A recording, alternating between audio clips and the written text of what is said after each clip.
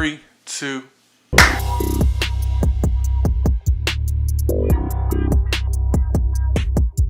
It's Jed the Sloth, the MILF Hunter. How your mama now? And you're tuned into the PLAYBAW podcast.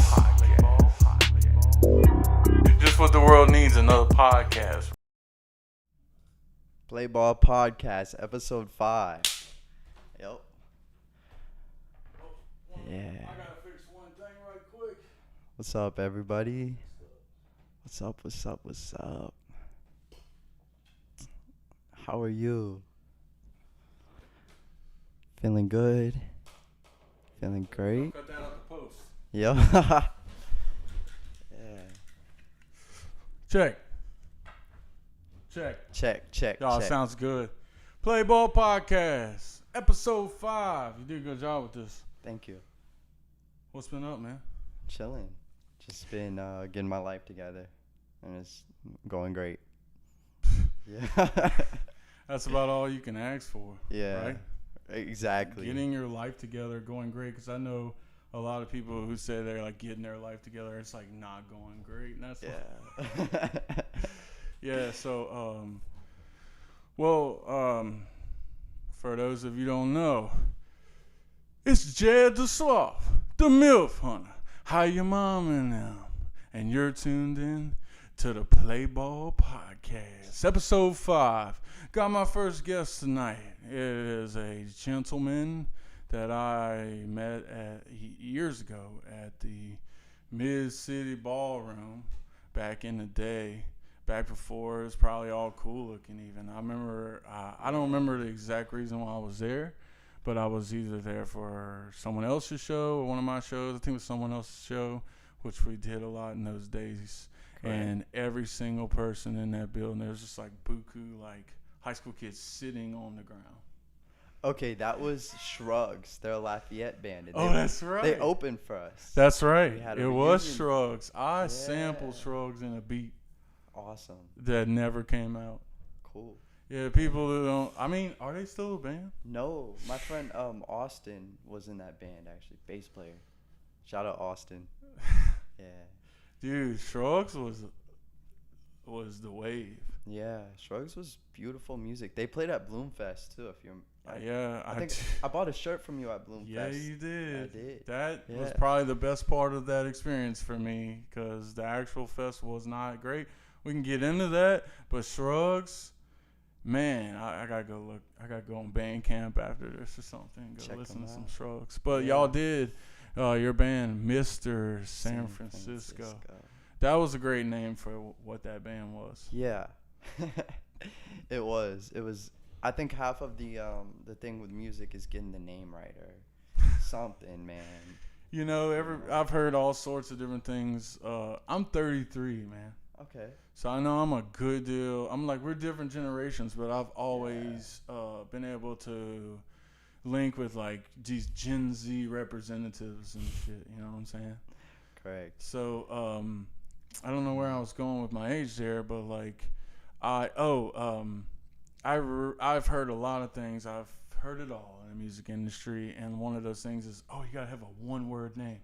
You gotta have this name, that name, but like I just think it needs to accent what's you're gonna hear and see. Like I D'Angelo.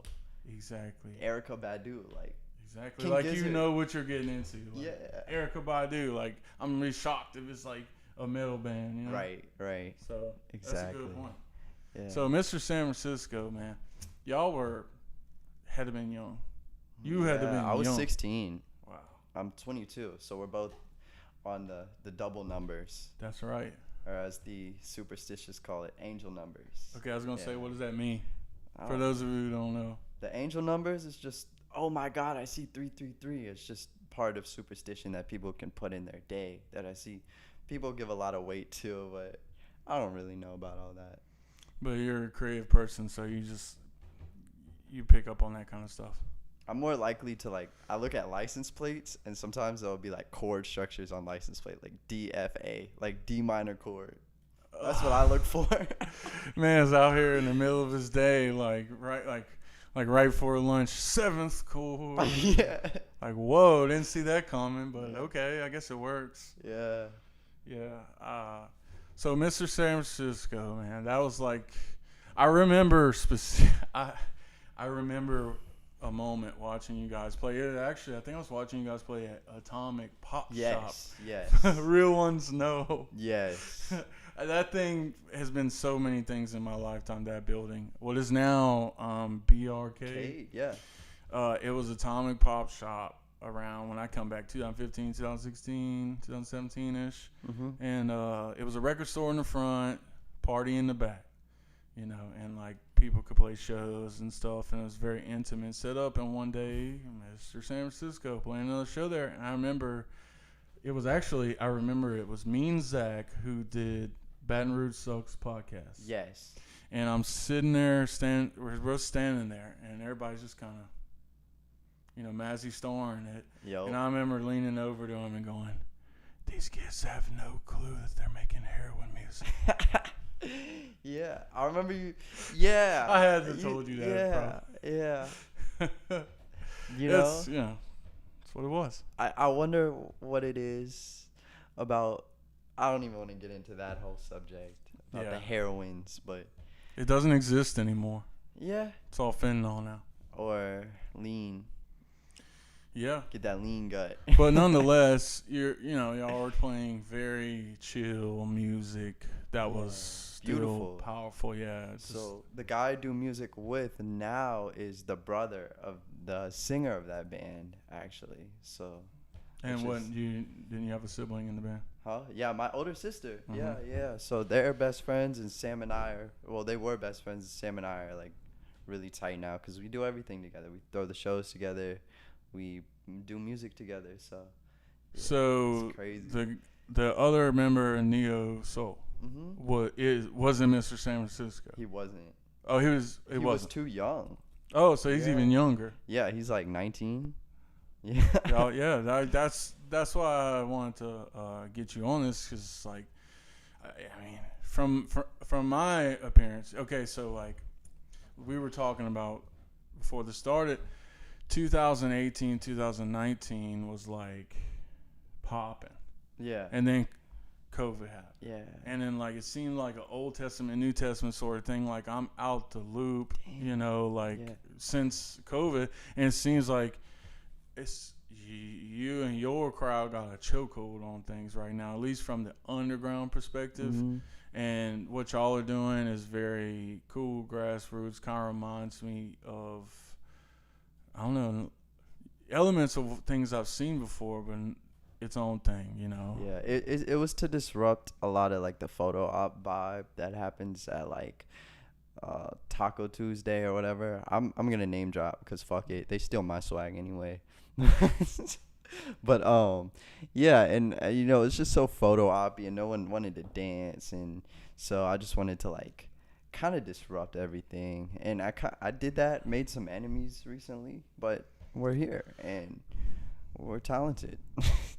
Yeah, it's Baton Rouge, man. Yeah. That's one thing I can speak, being through it years now, growing up here and then moving to New Orleans and coming back. Like, I definitely understand what you mean. Yeah. And to everybody out there, he don't mean like, nothing bad about it, just the way it is sometimes. It's a small city.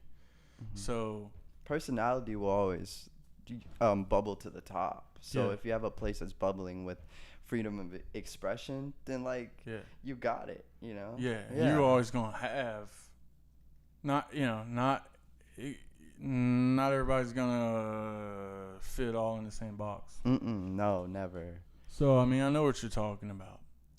Nonetheless, something we didn't have before quarantine, we got now. Shout out, Yes We Cannibal. Amazing. What has been described to me as non-transactional venue.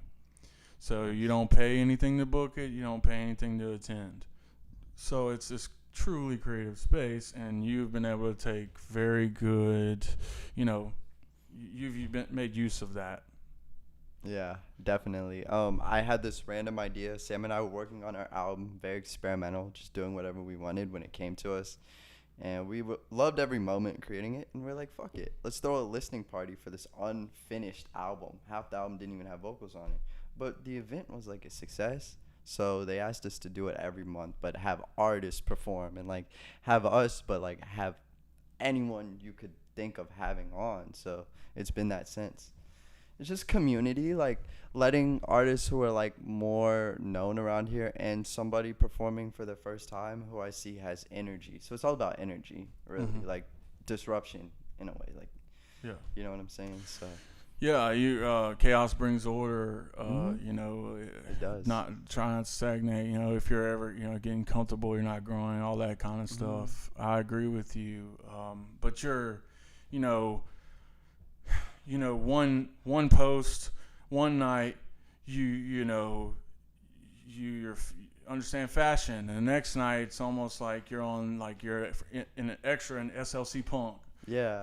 With the hair going crazy. It's like, I made the John Frusciante reference. Yeah. And I feel like you understand what I mean by that. For people who don't, I could tell your influence, same as was I. I think I made a MySpace or a website like way back. It was called like Followers of Frusciante. Like looking back on that. So. Understood though. He Yeah. was cool. Like even his solo albums. Oh man, that was like whenever I found that in high school, I was like, that was whenever I started to like be like, man, these people don't get it. Like all these, I grew up in Port Allen across the river, so it was like, oh, these rednecks don't like understand me. Like I know about like John Frusciante solo albums, and then like back then you had to go to like Barnes and Noble and like scan the CD and get like a sample. Like a 30-second. With the headphones, right? Yeah, wow. So, like, that was before I even had the internet and stuff. I was just, like, doing that. And whenever I could scrape up some money, I would buy as many albums I could. Before the buying albums thing stopped, I got most of the Red Hot Chili Pepper stuff. Awesome. So, yeah, those were the days, man. They were. I definitely, realizing, like, people release solo albums and stuff like that. That was, like... Yeah, actually being invested in the art is like the most important part about enjoying music. Like, oh yeah, there is a solo album and this guy played drums on it from this. Just learning and rolling around. It's so fun. Yeah, exactly. Yeah. Just purposefully get like a child would, just kind of food, you just, let's put this all in my face. It doesn't make sense, but like, it doesn't matter. Yeah. You end up on like America's Funniest Videos and win your family money and shit. So like, it works. It does. So Chaos brings order. Back to that point, I think it does. Yeah. And I that's kind of how I see you. Like one night you're doing this, one night you're doing that, and it's like I get it. It's really cool and like breaking the instruments and stuff. Damn, you broke the white Fender, bro. It was a Squire, but yes, I did break the Fender. I did break it technically. Yeah, I couldn't break the Strat though, like a real Strat body. No way in my life. But that's always been like a thing. I think with guitar people, regardless, it's always been like, you're not a real artist, can't break your guitar type thing. And then there's other people who are like, these things are sacred, need to be they're just instruments. You can get another one. That's his take, man. That's his take. But you got to okay, so then I remember speaking of Yes We Cannibal, you were playing guitar for Jare. Yes.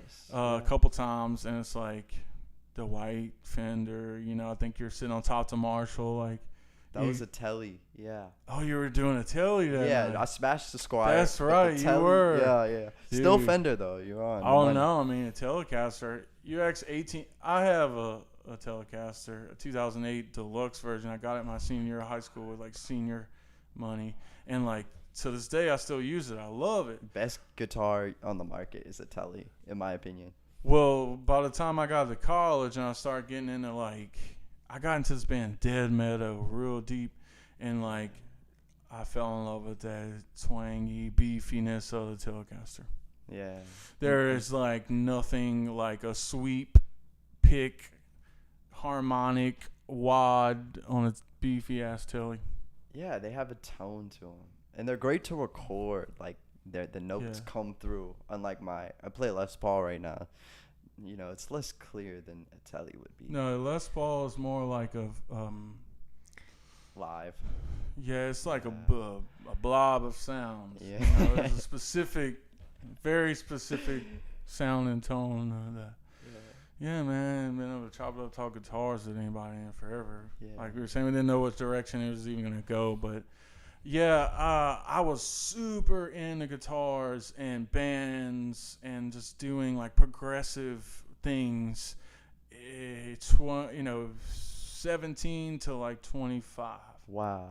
and I still am. Yeah, that's like what I'm doing right now. Exactly. I Yeah. feel the similar energies. So like, yeah, don't stop doing that. Keep doing it. Okay. Keep, I dive off into electric light orchestra, and then I dive off into like MGMT, and then I get into Eddie Hazel deep and stuff like that. And like this era right now, this PLAYBAW thing I got going on, like it's all about going back and trying to find the groove. And That's I'm back to my roots, man. Yeah, And truly being myself with confidence. I've done a lot of experimental things in my time, but now it's time to like kind of hone the recipe, and like it's all about just the vibe, the sauce, and it's not as much about like whether I'm switching from 3 to 4 and shit. Yeah. At this moment, it's really people deserve it. During quarantine, I would bike and my friends spin vinyl and they would put me on all this stuff, and my friends play music, and I listened to a lot of like jazz, funk, groove oriented stuff. When I found Eddie Hazel, all that type of stuff. How'd you find Eddie Hazel? Maggot brain. Yeah. To be honest, yeah. I mean, I just took a shrooms trip and I put Curtis Mayfield and let like kind of that wave play, and my mind got reset to just like having more compassion and enjoying life a little more. But now I'm at this thing where I'm working on a solo album with like where I actually sing, and I started out making a Sade type song yesterday, but then it just ended up being like I took out all the instruments and kept my vocals in, and I did just synths, like just huge synths.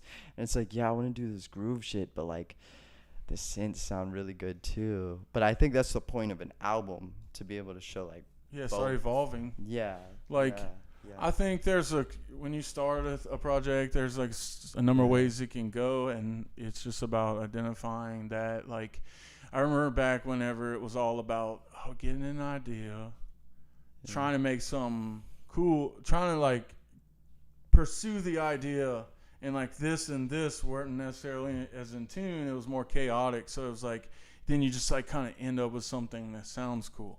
And my journey was always try to get to that point where that line can get slimmer and slimmer to where I can recreate exactly what I was thinking. I had more control. Yeah. But then also, it's like I said, it's kind of like this back and forth. It's like you don't always want to be that way. Exactly. Like today I went through like 2-3 musical phases. I was listening to Dilla and Q-Tip beats. Then I was listening to my favorite artist right now, Eve Toomer. And I was listening to then like some new rap shit. So it's like, I think it's important just to try to be yourself, Yeah, especially like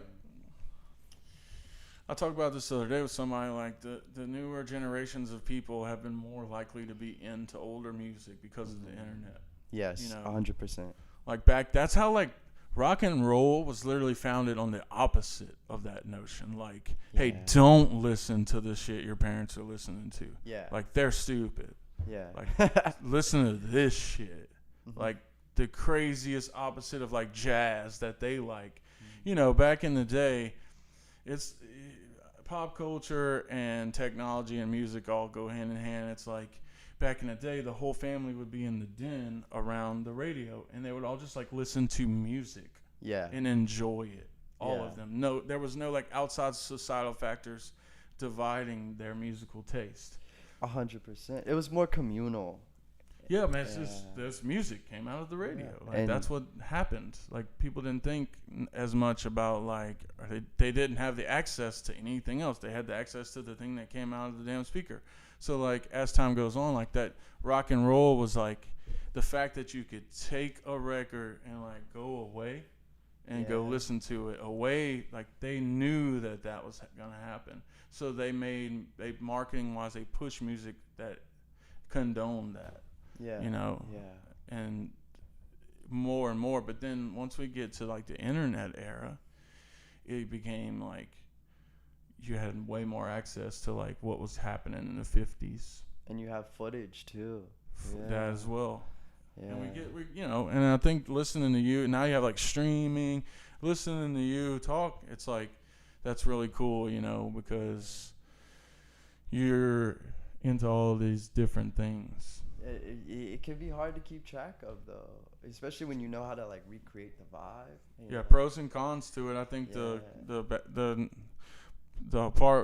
unsavory part is, it's harder to retain certain things. Mm-hmm. Like nowadays, it's harder to retain information because I'll just go back to the YouTube video and watch it again. Yeah. I don't need to like remember what they were saying. I'll just go back and watch it and do the step by steps and out of my mind again, Yeah, just so much coming at us. Less of a still life, I guess, with more and more happening. But we live in the South, so we kind of have it easier than people who live in a very metropolitan area. I would imagine. In the Northeast for sure, it's just like this metroplex. So like the density like just like doesn't stop. Yeah. And the connections the brain has to make all day. When, living here feels like a different country. Yeah, I feel like sometimes. 100%. I mean, how many passwords do we need to remember? Yeah, none. How many? My phone. Yeah, how many times? I had a conversation with a professor in college about like in the South, people on the porch wave when you pass. Yeah. Or like pretty much everyone acknowledges everyone at least with a head nod type of deal. Mm-hmm. So it's like in New York City, that would be virtually impossible. Yeah. So people are like, oh, New Yorkers are assholes or whatever. It's like, no, it's like your culture and how just like what you're saying. It's just it's physically different. Like you can't possibly just head nod literally every person. Like I got one of my close friends lives in New York and he's like, every day on the subway, you're going to see like your soulmate, the woman of your dreams, and then never see her again. Yeah. Ever. You're going to see so many people you've never seen ever and never see them again. All the time, every day. Just that alone is like, so like you said, living here is extremely different than that. You got to like watch out around this bleep. Yeah. I'm trying not to curse as much. Yeah, but you and I probably stick out like sore thumbs. Exactly. For so different reasons. Like I bet you get recognized so much. Huh? Yeah, I mean, it's just being a big, tall dude that looks like me, of course. Yeah. And then also like preconceived notions and stuff like that. Yeah. People have straight up told me, and I try to use that to my advantage, like the shock factor, not shock factor, but just like, people can look at me and be like, oh, that dude's probably like a redneck. But like I'm the opposite. I like rebuke it. Yeah. So it's like it helps me out in some ways. Yeah. Like. Yeah, we do stick out, probably both of us. That's probably why we're here. Definitely. So I mean, especially whenever like you're known for, hey, let's take this party outside and get on top of a ladder. Yeah. And do the show from there. Yeah. Well, people don't know it's fucking high inside that bitch, especially if you got like a bunch of people in there. And yes, we cannibal. We started doing it outside because they had an art showing, and then I think we kept it there because it just kept the momentum going. Yeah. I mean, that's why we do it. Sam and I and my partner, we'll get into debates about like, we need to have it inside or outside, and then maybe we'll take a vote. But I learned recently from my girlfriend to like, don't take a vote. Like, just talk about it with your partner. Yeah. Just figure it out between y'all and the venue. Ask the venue. Really ask the venue what they Well, want. see, knowing Matt, he's down with whatever. Yeah. But he'll like. Sometimes you gotta watch him, man. He's just in over his head sometimes too, and I'm like, it's all good, bro. Yeah. It's like, no, man. Hey, you a hugger, man? Give me a hug. Yeah. Gotta love Matt. I'm trying to get him on this. Well, he's in PLAYBAW video. I saw. Yeah. I saw like the teaser. Well, basically, every time I wrote it where there's a lot of different scenes, but like. You're not necessarily there for that long each scene. So it's like, if we're going to go out of the way to film in, Chinese, in over there. We're gonna go out of the way and do all that. It's like, we might as well. First of all, it's a music video. You're getting the abridged storyline of a story. Yeah. So it's like, let's film some dialogue type stuff. Cause A, I want to do stuff like that. B, I want there to be lore, and you can expand the lore of what's going on in the music video with these. And since it's gonna take me a long time to complete that whole video, you can keep it an experience. You can keep it going, keep touching base. So where it's like, okay, well, I'm gonna come out with this music video for the song that came out in September, and the music video don't come out till like January. Yeah. So it's like, so then also by the time you see the music video, you're like, oh, I know what's going on. Yeah. In this. 100%. Just to like write a loose narrative. Yes, 27 page. I wrote a 27-page treatment. What? Yeah. I'll show it to you. Okay. After. Okay. Yeah. I have like a code, like to. I didn't even mean to do it like that. It just kept going and going. And next thing I know, I was like, the more things you add, the more things you need to add. Yeah. So it's like, with a video like that, there's no performance shots. Like, there's no wrapping into the camera. So it's literally shot for shot. So if you miss one, you're fucked. Yeah. So it's like, to avoid that, and also you're at so many different locations, and I'm asking a lot of, like, especially the main actress, I don't want to waste their time. Plus, like, you know, you're budgeting for all that too. Yeah. So Who's it's like, shooting it? well, me and Okay. the architect. Yes. My buddy Wes. Shout That you out know. Wes. Could I? He sat in front of me in math class senior year, and Y'all went to Baton Rouge Magnet together. and I would make beats right behind him, and we would just talk about music that came out every Friday, and we would just chat. You know, me and Wes were cool because I was kind of outcast in high school, but like a cool outcast. Yeah, Baton Rouge high type outcast. Yeah, exactly. You had to have been weird to be outcast there. Huh? You had to have been weird to be an outcast there, I feel like. Cause Well, everyone was into grades, and like if Oh, you yeah, weren't, yeah, you yeah. were outcast, and Yeah, I you're wasn't right. like the biggest academic. yeah, well, you know that. It's like, that shit, it doesn't matter if you're smart or not, you know? You just maybe, like you just said, we're in the South, we're in Louisiana. We don't really have this, like, intuitive schooling down, you This know? ain't Massachusetts. This ain't California, where I went to my friend's Yeah. hometown, and their high school looked like, you know, I was like, there's no way it's your high school. Like And there was, like, I dated this girl one time. She was like a teacher, but like, she didn't have desks. Like, they just like had tables where they could like sit on the floor. And she's like, "That's how I grew up." I was like, "What?" yeah. We sat in a single file line and some desks, baby, like some robots. Yeah. But yeah, you said you gave him a keyboard. He gave me a keyboard. He just Oh, he dropped gave- it off yeah. at my house, and I still produce on it to this day. You're that architect. Yeah, so to I this really day. appreciate you. Yeah, and I hope you're doing really well. Yeah, because last time I saw you was about a year ago at this point, and I was delivering food. Yeah. So yeah, the PLAYBAW chat, bro. P Tran, bro. Peter, what's up, Peter? Yeah, I went to school with Peter. Yeah. He's hyped. Yeah, he's hyped for it. He's So in Orlando right now. that's sick, dude. Frick the Orlando airport. That's all I got to say. Yeah. Was there on Mardi Gras Day. I was flying back from Colombia, from Medellin, Colombia, from my friend's wedding. Not sick. the country, not the town. And I was in the Orlando airport for like 5 hours on Mardi Gras night. And there's just, they do Mardi Gras at Disney.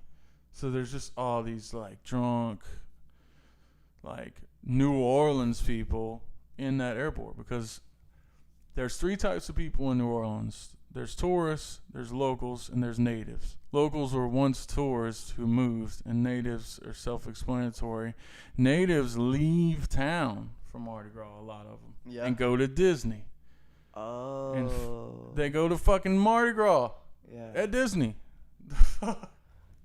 So, anyways, Orlando, shout out, bro. I love New Orleans. I love going to New Orleans for like a concert or to create with somebody. Those are the best things to do. Speaking of creating in New Orleans, my buddy John Taylor's in the chat, PLAYBAW chat right now, with a bing bing bam bam. I remember him from way back. Really? I met him probably in like 2018. Yeah. That's that's dope. I didn't know you knew him from that long ago, but we just met before, like once or twice. Sick. Yeah. We were working on a thing during quarantine called Tagging Along with John Taylor. Yeah. I think I watched it. Yeah, where he would go around, like we went to the naval base, which I think is closed now, but like he would show, the fucking tag on the wall and tell you all about the artist and this and that and blah, blah, and we went around the whole naval base. Well, I didn't see that, but I've seen like one of his videos recently. Yeah, I did a number of his videos. Yeah, then I've definitely seen his YouTube content. Does he do other stuff that isn't music? That isn't tagging either? Yes. Yeah, I've seen probably one of those too. I checked out his YouTube. Clothing, fashion. Yeah. Graph. Yeah. And music for sure, as well as his own photography and filmmaking. Wow. Very creative. Does all his own content. Yeah. So like, I remember I was kind of jokingly, we'd call things all sorts of verse, and I was like, dude, you should do the Taylor verse. So everybody out there, go check out the Taylor verse. It's literally a website. John Taylor's verse. Yeah, he has a actual website called Taylor Verse. So go on there and go check out his new music video with Flo to Taylor, to each his own, produced by White Dirt. Yeah. So that being said, Wes and me producing the PLAYBAW video. So hell yeah. But I have lots of other stuff. That's where I used to go wrong. I used to do too much stuff, but I have a couple concepts. One thing me and Wes are working on, I talked about it last week, called Dumb Shit. It's an idea I've had for a while. So hopefully you can get involved. Okay. I mean, that'd be sick. The original idea of Dumb Shit was to get as many local, Baton Rouge artists involved and to see who's multi-talented. You know what I'm saying? Hey, yeah, he might be sitting right here. Exactly. Possibly. And I know a lot of multi-talented people.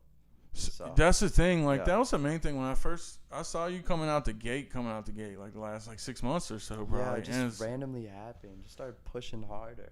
Same here, dude. I got swallowed up into Pulse. I got locked up into doing a lot of client work. Oh, okay. Over the last 2 years, doing music videos for people and other stuff. And then finally, I was just like, I just need to get back to focusing on me.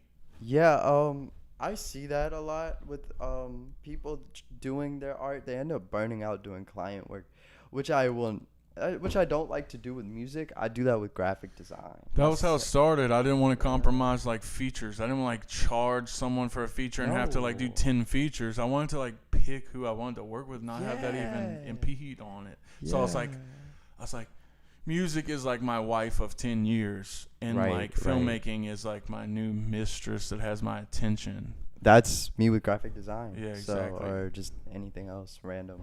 But now they're both my wives.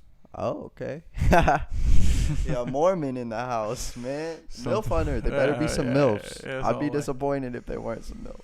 It's all. Someone asked me the other day. I'm 38. I don't have any children, but I exude MILF energy. Am I still technically a MILF? And it's like, you tell me, Oh yeah. State of mind, You should have asked her. Come show me. It depends, what time. Time of the day. Everything matters. What time of the day, man? For real. It just a lot of things depend, Yeah. So that's PLAYBAW news. PLAYBAW news. So do we have a time limit? No, man. I don't want them to go too long, but the idea behind this is passive learning. Okay. I noticed a lot, and I noticed definitely in myself over the past year or two. I like to just put stuff on, a Yeah. YouTube like retrospective about like the Kirby series games. Wow. Something I'll never play or care about, but like I don't know, I'm about to wash the dishes or something. Yeah. I'm just gonna like put this YouTube video on. I don't necessarily need to have my eyes glued to the video at all times. You can listen to it. Yeah, it's like a book. Yeah, you know, that's why I didn't struggle with any of the elements for this episode. This is beautiful enough. Yeah, this is sick. People can go and walk their dog and listen to this. They don't necessarily have to be just locked in at all times. They can watch it over days.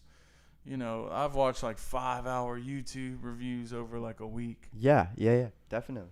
I'll go back and stuff. You know, I'm just trying to make quality stuff and stay relevant and to cross-pollinate, as my boss would say, cross-pollinate brands. Yeah, cross-pollinate branding. Because you're, you know, I need you, man. You're hot right now. We'll see. So that's what I was saying. We'll do it. You come out the gate like the last 6 months or so really hard, like doing a lot of different stuff, but mainly just not confusing, just in one force. Like, what would you say? What happened? Fearlessness. Just like watching, honestly, just like Kanye.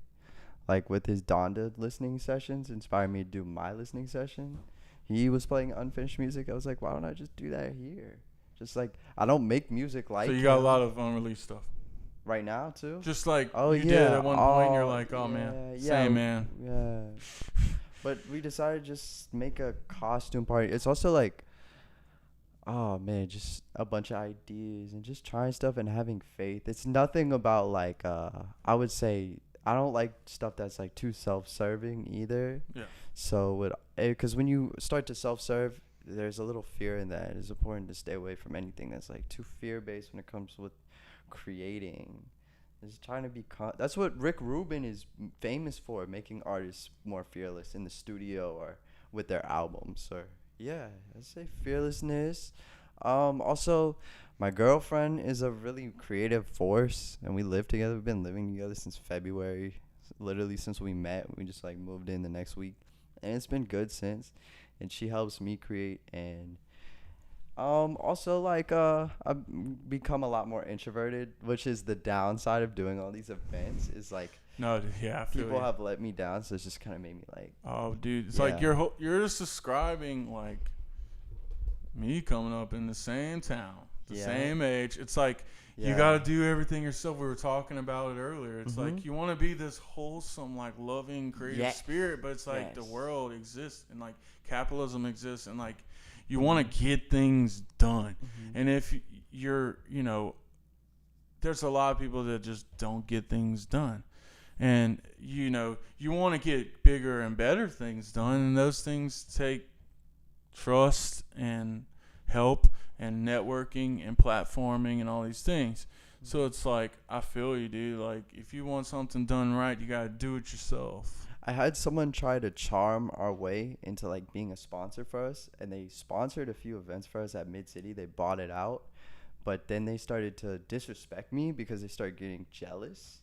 And then so I like pulled a stunt, and I didn't know that it would get them banned from sponsoring us by that venue. And so they got banned. So like I have issues with people now like doing stuff, because like honestly, like if you're true to what you'll do, you'll see it all the way through. Even if shit gets hot, if there's hot water, you'll still stand on who you are as a performer, you know, because some of the shows get a little crazy, and you know, and if you were trying to ride that wave, you're gonna like, that's where impure intentions like ruin shit. You get what I'm saying? Like, totally.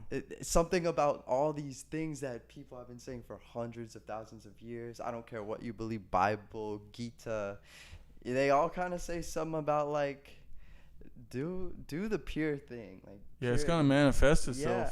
Yeah, for sure. Like, that's how I see it. It's I don't want to say it's refreshing or enlightening to hear you say those things, but it very much so is, because I definitely have my own experience with that. Yeah, for sure. And I think it's this thing that's gonna happen that we can't stop. It's about how you handle it.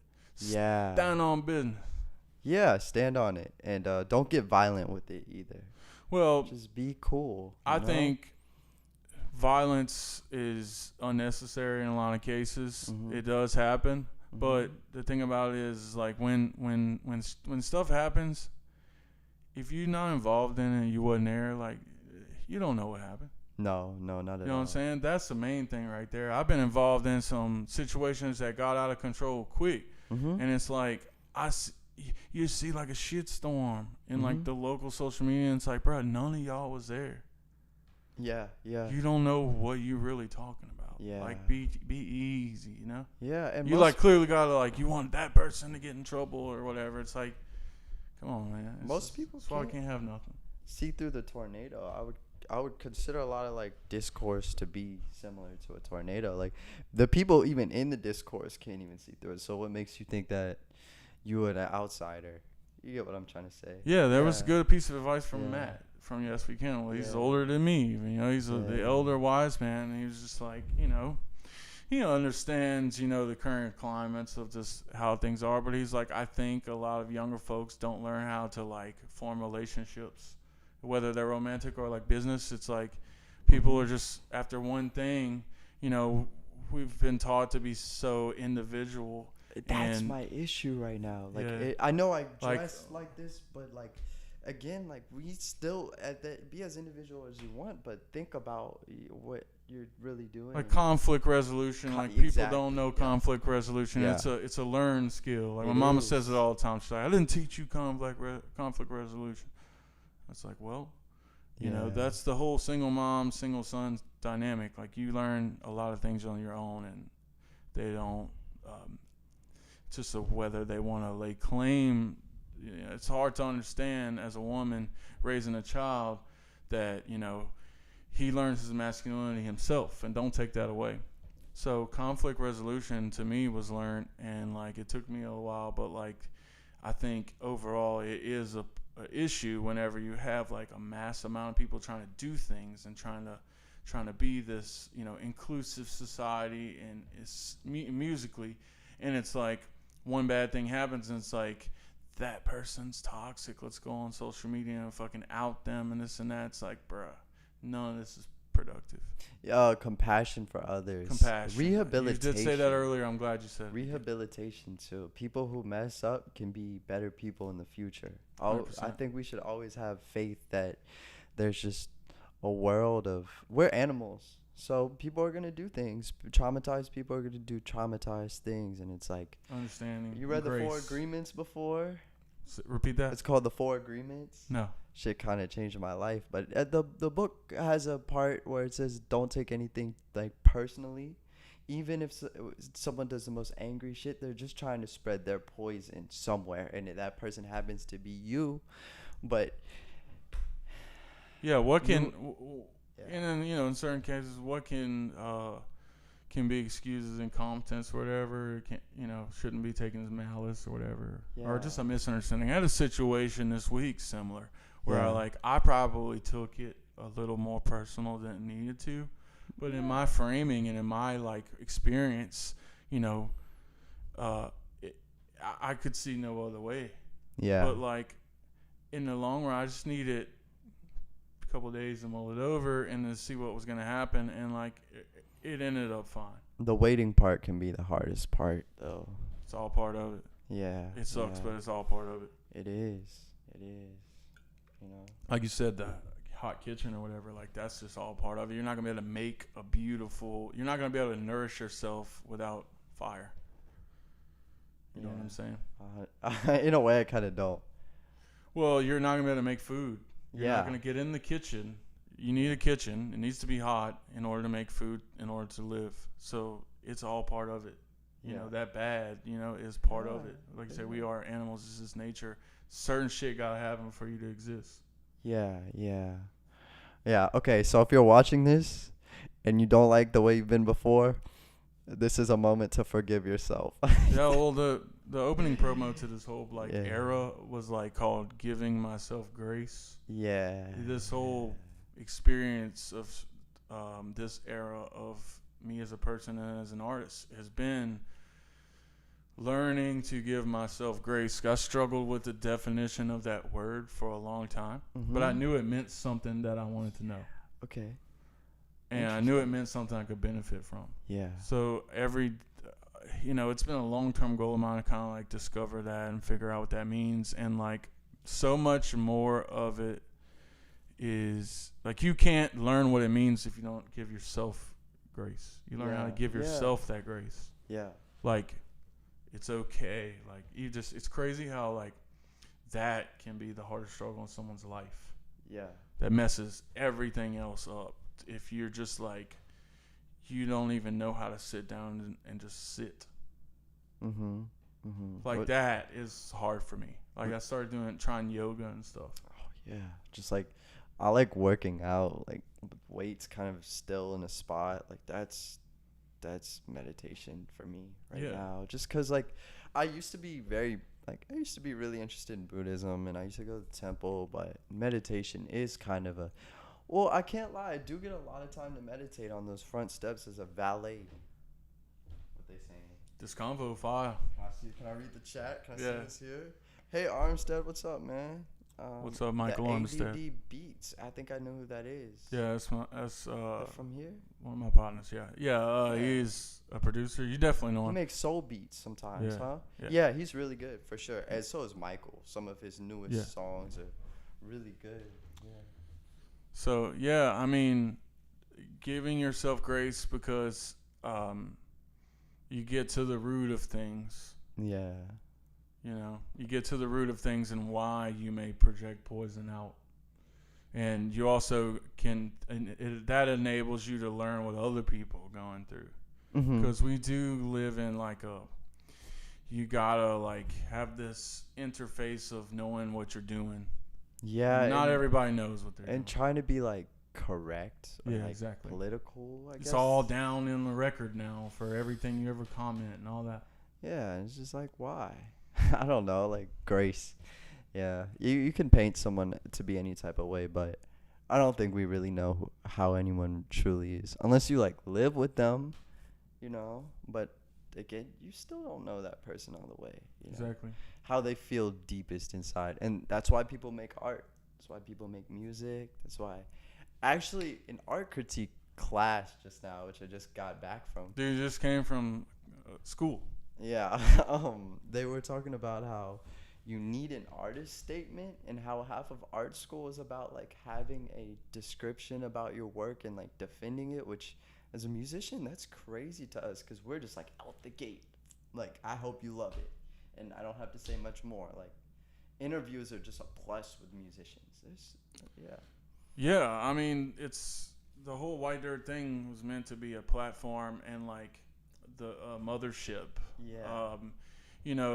Most people, the majority of the people won't watch this. The majority of people are going to be exposed to this through an Instagram reel or a TikTok or something like that. Yeah. But out of those people, you hope 10 of them might come and watch the full interview or whatever. And then even there's even another step to it to this. So I chop these into YouTube segments. Like the shorts? There's the shorts, and then I even chop them into just like, let's say it's a 45-minute thing where I have sections. I chop up each section. So there might be chopped into 10-minute like sections. Chapters? If you just want to hear one topic. Chapters. You don't want to listen to the whole show. Then there's going to be another realm that goes all the way through. So it's like a filtering system, and it's an ecosystem. Yeah. I live with like an influencer right now, so I see her do all this, making merch, doing all this stuff, making sales. Like, I'm behind it all, and it's just kind of like a whole different world that, honestly, that's what helped me come out the gate. Like, dating a influencer who's successful at it. It's just you're like an old soul, so like navigating this space, you're like one of those. I'm always liking you, John Frusciante. Yeah. A dude who quit the most popular band that in the world that he helped make so popular twice, and come back 3 times. Yeah. John Klinghoffer. He kind of like that was his doing, because they were in a band together called Ataxia. Yeah. If you're hip to Ataxia, I gotta put you on Ataxia. That's Frusciante, Klinghoffer on drums, and Joe Lally. Okay. Shit. Yeah, he was in Fugazi. He was the he's the okay. bassist from Fugazi. Cool. So it's those three guys in a band. Do you want to do a lightning round? Just like name artists off we've been listening to. Yeah, go Alright. first. Eve Toomer. Spooky Black. Erykah Badu. Guap Mizzle. Eddie Hazel. Lightning round means go quick. Oh, Thunderbolt. Roy Ayers. Ooh. Ooh. Oh, the Blackbirds. Donald Byrd. Neil Young. Fela Kuti. Ray LaMontagne. Les Claypool. The Weeknd. Frank Ocean. Black Oak, Arkansas. Brent Faiyaz. Joan Baez. Joni Mitchell. You stole my next one. A few more. S. Bjorn Finson Trio. Fouché. Wayne Toops and the Zydeco Ramblers. Frickin' Hot Fudge. Hot Chip. Is that a group? What are they?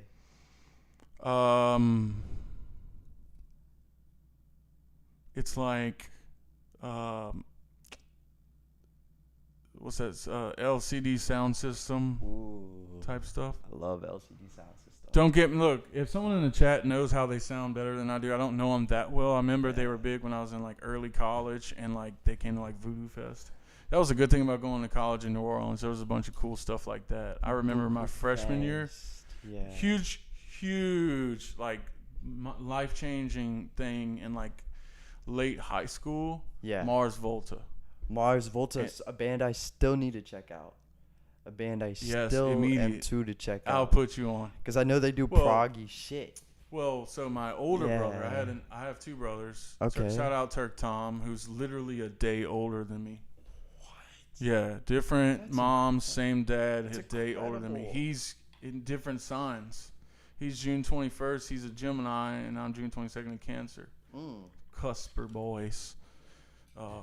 You got to know a little bit about astrology, or at least how to bullshit if you're going to be a MILF hunter. Oh, yeah. Or just shoot the shit. You got to be open to it. She can have her rocks. I can have my wrestling. Yeah. So. Oh, my God. I got that. That's a good one. That's a good one. My older brother, he's like 8 years older than me. He knew I was into John Frusciante. He's like, "You like John Frusciante? Check this band out." And I was like, "Okay." No, Mars Volta. Oh, Mars. No, I couldn't name my Hot Chips song. I just was trying to do the gimmick. Yeah. But no, and he's like, John Frusciante featured on one of these albums. I was like, no shit. So that was the MySpace days, man. So like I remember getting into Mars Volta, and it's like not as easy listening as like John Frusciante, but like your Wikipedia, your YouTube, you're doing all the research, especially when you're like 18, 19, you're like full of P&V. That's all you care about. And it's like, I'm still there. That's great, dude. I don't know what P&V is, but piss and vinegar. Like I was actually off the top of my head, I freestyled the "You Don't Know Jack" thing. That was great. And I was like wondering if like your age group people would know what that even means. Do we know what that means? Good, man. Because there's like the other day at work, I found like this old marketing stuff from like the 80s probably. Yeah. You know who Ernest is? Like Ernest Goes to Jail, stuff like that. Yeah, see, that's crazy. don't. Nobody like knows who that is now. Ernest. Play ball chat. Do you know who Ernest is? You know what I mean, Vern? It was a guy named Jim Varney, and he did the voice for the Slinky Dog in Toy Story. Oh, okay. But he had this character he played that had like a super successful line of movies and merch and TV shows and all kind of stuff back in like the early 90s, late 80s. Is that Ernest? Ernest. Well, back to Mars Volta. They came to Voodoo Fest my freshman year, and I remember we had a college football game that day in the Dome, which I played in. Yeah. And jetted with my buddy, who is no longer with us, RIP, and we jetted to City Park, and I remember running. I remember seeing Mars Volta. I didn't know a fucking song they played, but I was just like, Yeah. I didn't know like how to act, because I saw a YouTube video where he was like fussing at people for moshing, and he's like, "You're just doing what you see on MTV. Don't just do what you see on TV." And like I was like, so I didn't like. I was like at the show trying not to like. I didn't know how to be, man. Yeah. You were just like in the middle. You were just kind of like half dancing, half not dancing, maybe. Yeah. And you're just like, damn, bro, you kind of killed the vibe. I'm going to see an artist who actually did a recreation of their whole vibe. Lil Yachty. Did you hear his new album? No, I haven't It's yet. a rock album, and it's awesome. Yeah, I heard It's really good. about it and stuff like that. I Yeah. usually just kind of let it fade out of what everybody's talking and go check it out eventually. Yeah. To get away from all the like opinion. the hype. Yeah. The hype, what yeah. they say, don't believe the hype. It's a great record, though. Yeah, I mean it. It's Yeah. called Let's Start Here, and I'm excited to go see that this next week. And I don't see many shows anymore because I have to perform a lot. But I know the grind. sometimes it's like you got to see those artists doing that thing that you really want to see done I mean, live. go look. You know, you see artists going to other artist shows, big artists, and it's like, yeah, everybody like we're all in this shit because we love music. Yes, We just spent yes. half hour talking about the things that we love. Like, hopefully that never, because there has been, times where recently, before this era, where I was like, I don't listen to music anymore. People are like, what you been listening to? It's like, I don't listen to music. I like bump like YouTube videos and like podcasts, wrestling podcasts and shit. And like I got so deep into like filmmaking that I was like, I just didn't ever really bump music. And it's Really? like, Wow. yeah, it's crazy to think, right? Yeah. Well, maybe it's just that maybe I see it from a different perspective because all I like to do is kind of like music related in a way. Yeah. Or chilling. I'm back into it, Yeah, I think yeah. getting back Yeah. into like creating has helped me, and getting back into like trying to get back to my roots. Yeah. It's important to get back to your roots at some point or another because Absolutely. I don't know, they just made you and you're kind of comfortable there. But it's also very foreign because you're like, whoa, this is... It's not how you remember it. No. But it shouldn't be. It's not supposed to be. No, it's a thing. It really is. It's classic for a reason, right? Yeah. Yeah, it's your roots for a reason. Well, it's like the word special, like things are special because they're special. If Yeah. they weren't, then they wouldn't be called special. No, not at all. So yeah. So what is explain Neosoul? So that's the meeting of two minds, LE500 and XAVIER, and it's just trying to recreate like we just both love soul music and neo soul, which is like the genre that came out in the 90s with D'Angelo and Erykah Badu, and because they were using electronic instrumentation and new rhythmic feel that Jay Dilla created to create a new version of soul, and Sam and I were like, fuck it, let's create like a newer version of R&B. Like, let's just have fun with it. And soul is spelled SEOUL because I'm half Asian, but I'm not even Korean. And then 500 is part of Sam's producer name, and it sounded like a bike on Akira, and like that's kind of where we were. We were kind of trying to imagine like soul music 1,000 years from now, I guess you can say, but maintaining integrity. Like it's still soulful, but it's not soulful in like the Stevie Wonder way. It's a little more distraught, like Tom York-esque, I don't know, but it's still, there's soul in there. There's a lot of it's like the word Creole, man. Like I said earlier, it Yeah. depends upon what time. Yeah. It depends upon, people say, what's the definition of Creole? It really, like, literally depends. A guy I took a class for wrote a book called Bienville's Dilemma, and literally talks about how, like, depends upon what year. Yeah. Literally, yeah, the definition of it is different. Yeah. So soul can be perceived the same way. Yeah. Okay. This is my first filmed interview, so it's funny like watching myself. Yeah, right. Yeah. I like it though. It's cool. It's a Yeah. great setting. You know, radio, they said 10 years ago radio was going to go extinct, and it didn't. And you know why? Why? They added cameras and called them podcasts. Very true. Very true. So, I mean, it's still going strong for sure. Yeah. There's always something. There'll always be an allure. People want to, like, know things about people. Yeah. There'll always be that. Yeah. In, like, social creatures. in a certain way, you know, like we created the printing press in like 1500 or however long. PLAYBAW chat, correct me, but like there was always a yearning for that, for like something, information from something else, about something I want to know about. Yeah. So like that third, like, okay, so I work around journalists. You do. Know? So it's like.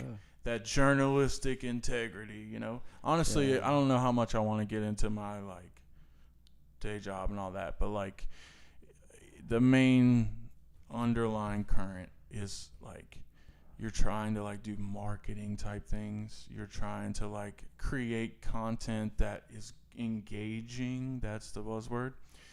And the pull of the other side of that is journalism.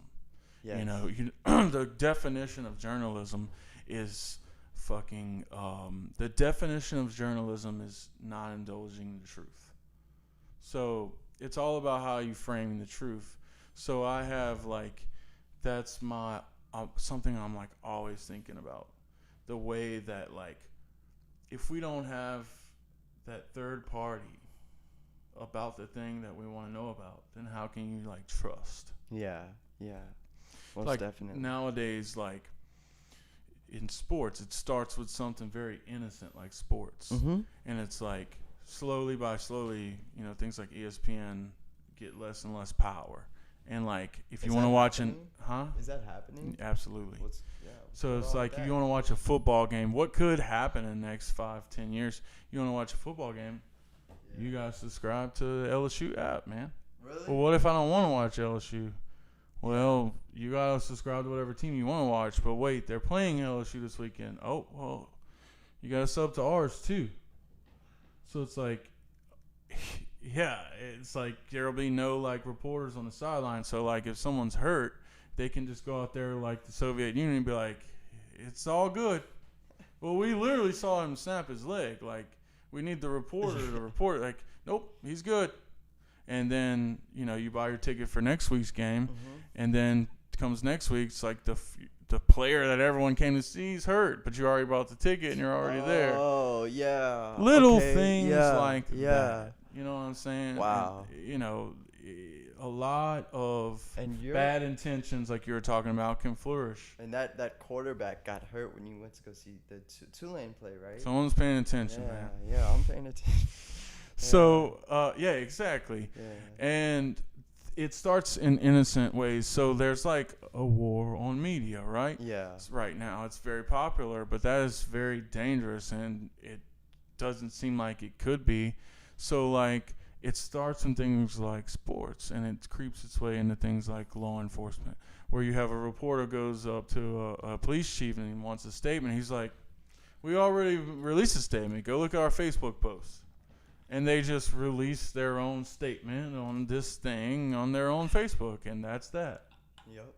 And people are able to kind of control the narrative. Yeah, back in the like 60s, 70s, you had a reporter in the police station. Yeah, wow. That seems crazy nowadays, doesn't it? So I don't want to branch too far off into that, but that's like there'll always be this medium. And it's just about how it's an important medium, and you have, like, you're talking about integrity. I like that you use that word. Yeah. It doesn't work its magic if you try to abuse it. It doesn't work its magic if you try to abuse it. You know what I'm saying? This is a powerful medium. This is this can be a very important thing. Yeah. And it's not going to be if you don't water it, you know, and treat it like life. You know what I'm saying? So that's why I try to put a lot of effort into it, and that's why, like, he pulls up, and, you know, we had technical difficulty, and then we thought we had it, and then, like, right when we're about to go live, another technical difficulty, and it's like, you know, we just figure it out, you know? Yeah, improv. Exactly. Yeah. And it worked out. Oh, yeah. That's another thing that has Yeah. changed a lot for me. A friend of mine, the friend that lives in Colombia, Mm-hmm. year or two ago, we started corresponding heavily, and like the concept of like optimism. Yeah. So I actually got into a debate with one of my buddies about the difference between optimism, pessimism, and positivity, negativity. He's like, those are the same things. I'm like, they're not. Yeah. I think negative and positive are out of our control. You walk outside, you have a flat tire when you're trying to drive home. That is a negative thing. Like, that's not positive. Mm-hmm. You can choose to go about it optimistically Yes. or pessimistically. Yeah. But the fact is, it's a negative thing. That's the constant. Yeah. That's the thing you can't change. But your attitude, your pessimism or your optimism is a complete choice Yes. on that 100%. negative thing. I think that is very important to distinguish those things. And my buddy did. He's like, it's semantics. You're just trying to make it into more than it is. I think it's important to understand that. There's a lot of What's your choice and what's not. There's just so much there with mood that can take someone a lifetime to understand. Took me forever to come around in the past year or two. Quarantine was like the best time of my life until now. Since then, so I have like It was awesome at the beginning. I have milestone spaces. So like quarantine, and then now is great. But Were you in high school? I was just started college. Okay. Kind of fucked my whole college. I stuff always up. thought the people who were like freshmen Mhm. in college that I was like a sophomore, so I was or like early in there. it Yeah, I had was to suck. early in it. Yeah, but that mushroom trip I had, it was just 2 grams, and it just like completely opened my heart. Like just took away all the emptiness. Just to be able to dance again and just like feel okay. Your ego death. I mean, in a way, but I didn't like ego death. Felt like I died. I was just No, I don't know about all that, grooving. but it just something happened and changed your perspective. I was just grooving. You Yeah. know, like actually just Roy Ayers, Blackbirds, Donald Byrd. I was listening to Cool in the Game that whole trip. So just Billy Cobham. but he's a great drummer. Yeah. But it's that optimism, you can, King Crimson, man. That was once like I was preaching to people. This was like, no, like this is the greatest band ever, and you don't know. Have you Like, ever heard, do you know Contusion by Stevie Wonder? Yeah. Yeah, that's like one of my favorite. That's my favorite Stevie song. I've been learning it for 2 weeks now. It's awesome. 2 weeks. And I'm still at negative 30% speed. Yep. Gotcha. Yeah. So like, Music can be healing. Mushrooms, absolutely. nature. So would you say like the Neosoul project? That was like did just starting that and realizing like you probably had, if you're like me, you had like this like vibe going before it ever started. Yeah, I've been locked away in like the studio for like 2-3 years. So when you said you've been out of the loop, I was out of the loop right before quarantine, during quarantine, 2021, half of 2022, and again, it's only been since like that half year I just like opened my eyes again, just started doing stuff. I was out the loop, and just Sam and I, because we were studio rats for years. See, the thing about that though is like, how do you learn if you're always in it? Yeah. Like, there's a line in the show The You got Bear.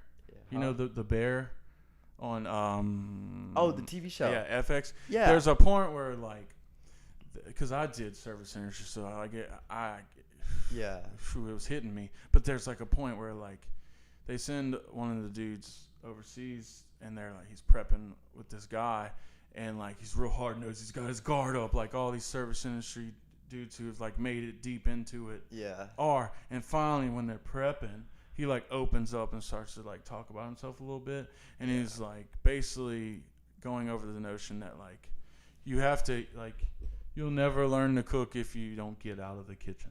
No, you just. He's like, how do you know what your favorite food is if you never go out? Because he's like, it's all about the grind. It's all about working. Like you have to, if you're a chef, you live in there. But he's like, how do you ever learn like to cook if you're always just here grinding?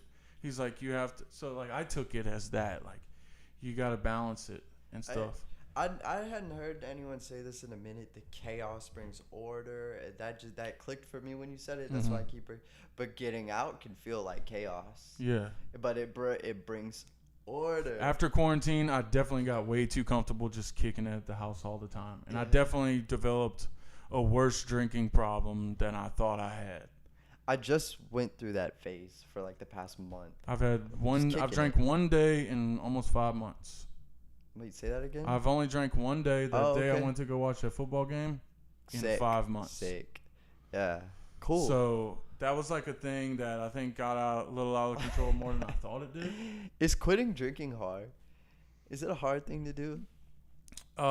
If you can't remember the last time you went 2 weeks without drinking, yes. Okay. Yeah. I don't drink much anymore. I did, but like. No, I just got to where I thought in my mind, I think that like sitting at the house by yourself, not driving anywhere, you're not hurting anybody, but you are like. You're hurting your body. You're teaching your body to depend on something. I was definitely doing it to cope with something. Yeah. So that part is the hardest part. And it's not just a cigarette, because this thing will get you on your ass for 3-4 hours, drunk. Yeah. Yeah, cigarettes are bad still, but like alcoholism, it can hurt other people. Like, say you do drive. Yeah. And I know a lot of us were 22 at one point, or are 22 or are 21, and knew people who got DUIs or. I got one when I was 24. Shit, yeah, damn. Yeah, I spent 2 days in Orleans Parish Prison. I was in it took me more than a day to get booked. So I was in the holding with like hundreds of people for like a while. Holding? Could you use the bathroom? Yeah, but like right there, Yeah, okay. Damn. Yeah, I saw people get whooped in there. Like, it was crazy. Yeah. There was actually, so I was in Orleans Parish Prison booking. It's just this huge open area with big ass bars. Like, everyone just in there. Nothing, no different rooms and compartments. And like, so there was a high profile drive-by where a toddler girl got killed. And they've been looking for these people for like a month or two. Mm-hmm. And that person got booked while I was in there. While I was getting booked, the person who got accused of doing it, who got arrested of doing it, and it was in the 9th Ward. There was a bunch of 9th Ward people in there. Whenever he got booked, there was a TV in the booking, and the news report come up, and his face is up there, and I just remember being like, man, I didn't fucking do that, this and that, and all these 9th Ward people hit the bars, and like, I don't know if it was on purpose or whatever, but they let some of them out to get booked at the same time, and there was an old man with like a cane that was like made of like driftwood looking. And it was this huge cane. And someone took the cane and they just started beating that dude all across the booking area. And the pepper spray, blah, blah. While you were there? Yeah. What? Yeah.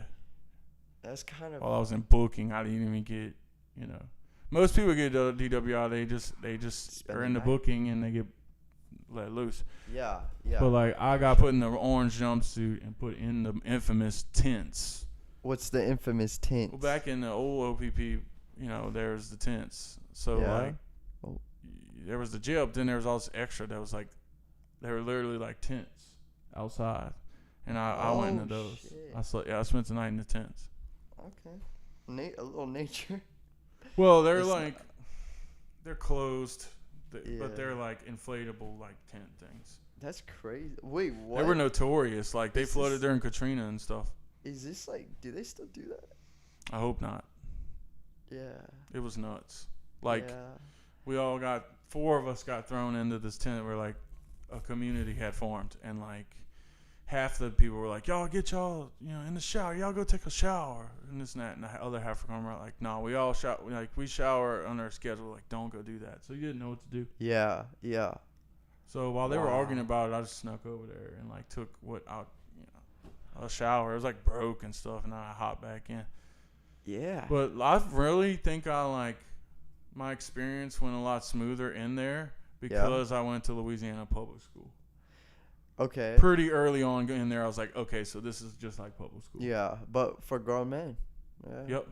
For grown people, for sure. Like, I saw the people that get arrested in New Orleans, I definitely saw, like, an array of individuals in there. Yeah. Yeah. I bet. So. And then you. Yourself. Yeah.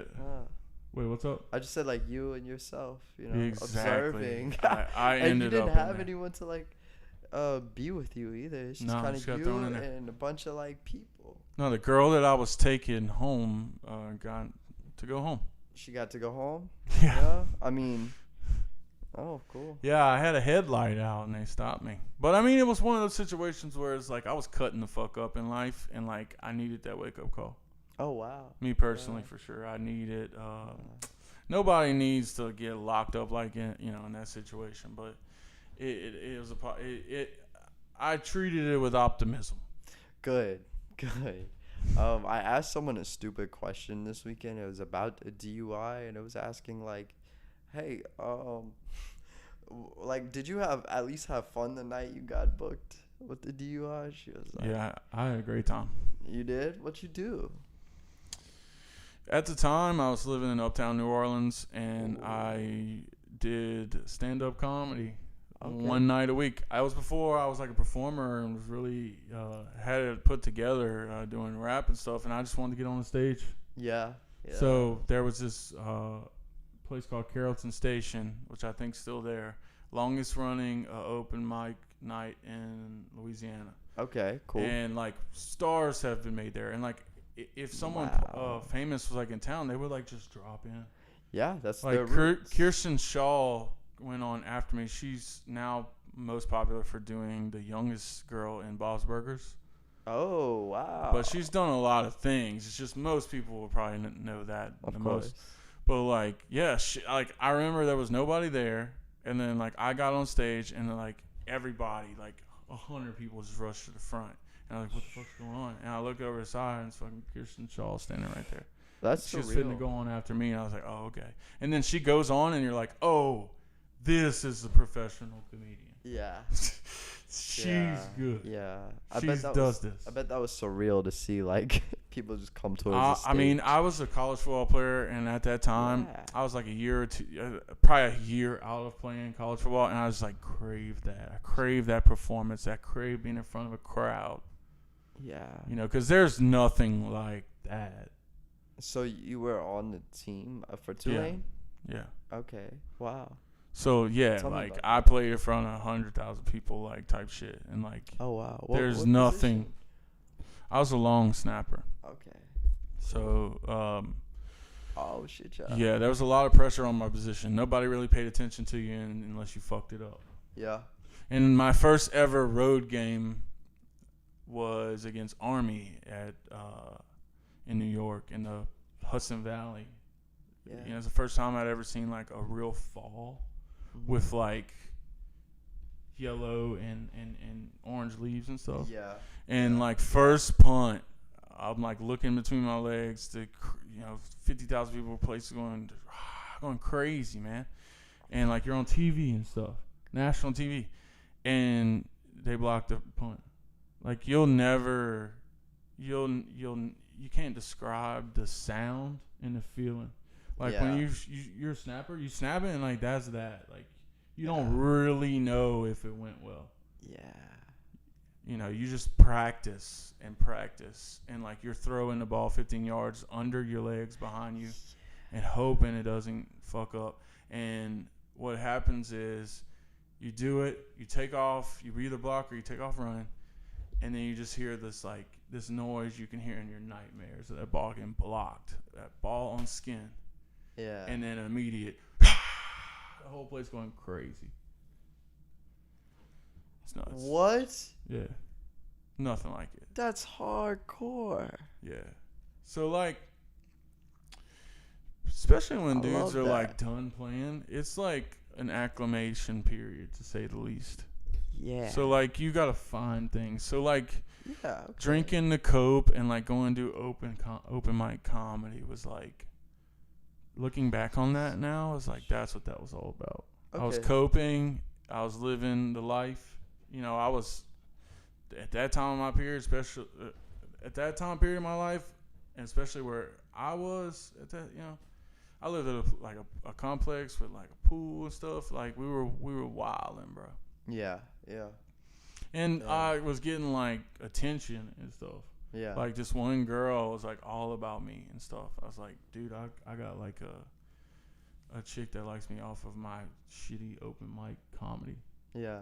So like, you know, you're just in the mix, you're drinking and having fun and boo. Step out the car. Life. Yeah. Yeah. I man. guess like Yeah. you have more answers than me on that one. I ain't been there.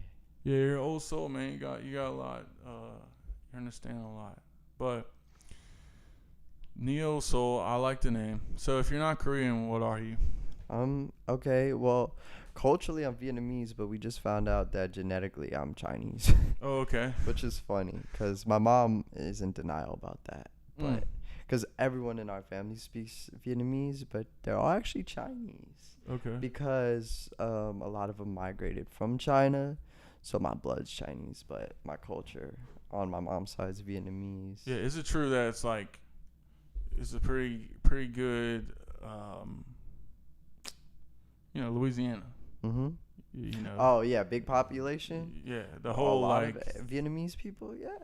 yeah, how it's like a easy I'm not gonna say it's like easy I'm blanking. Easy transformation like come from Vietnam to Louisiana. Yes, They say like fishing. geographically it can't be. Like the Vietnamese market or farmers market thing in New Orleans East.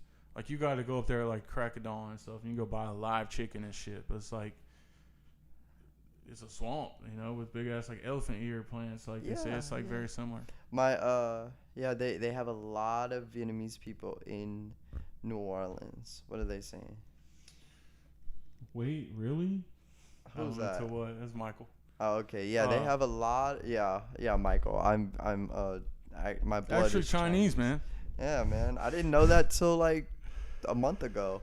But yeah, Do you know where? No, I don't know where.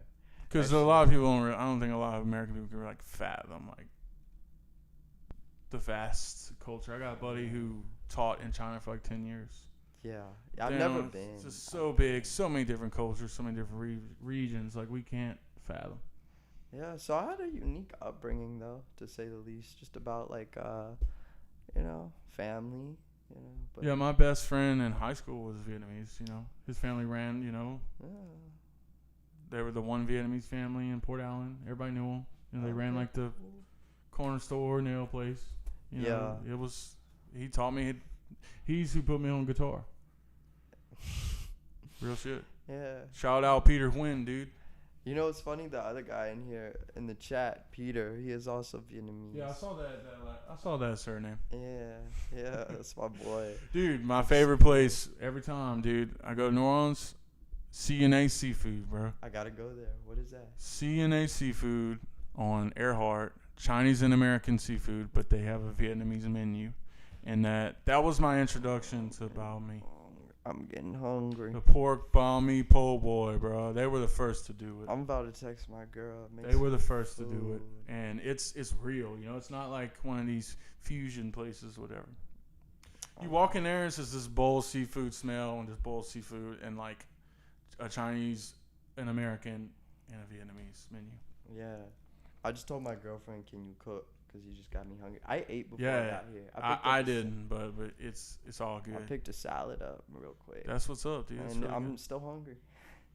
Well, that can happen. Yeah. But Yeah. before we shut her down, I wanted to get into Neo Soul. Yes. So, Let me see. how do you feel like you're Chinese, man? You know that now. Oh, yeah. How do you feel that your culture, Mm-hmm. yours, you know, from within, from like I don't know how to say this, but I feel like, you know, a lot of people like you're around, Yeah. like, cause Yeah. you have, we were talking about this. I called you, I think, the Prince of the Underground right now. You know, you have people's attention, and you have all these people. You probably meet new people all the time. Probably forget people's names and this and that. I recognize your face, but they have probably none of them know about like what you just said. Your mom's in has identity crisis going on, stuff like that. You just like to have this whole other world that like a bunch of people don't understand, like like the inner world, the home life. I have a home life, you know. Exactly. Yeah. So, like a lot of people can't possibly understand. Some girl saw me in my work uniform. She like couldn't believe it. She, like, that you're a person. Yeah, she like couldn't believe that I was at work and at a job or that when you were talking about influence, like people, we just assume people are just like out there living, man, because they're just like creating and like it's getting took care of somehow. It's like, no, I'm up. You gotta you're whipping a Beamer, all right. I live with a girl that like we get stopped in public. Like people tweak when they see her like at the grocery store. I'm just with her, but like I know her at home, and she's actually just a cute girl. She's just a cute girl. That's how like the reporters are that I work with. Like I think people think like they're Fallon. Like, yeah. Shout out Fallon Brown. Yeah, small world, right? Yeah, I mean, it's depending upon her contract if she can come on this show, but if they let her, she's coming. Okay. She got me the job.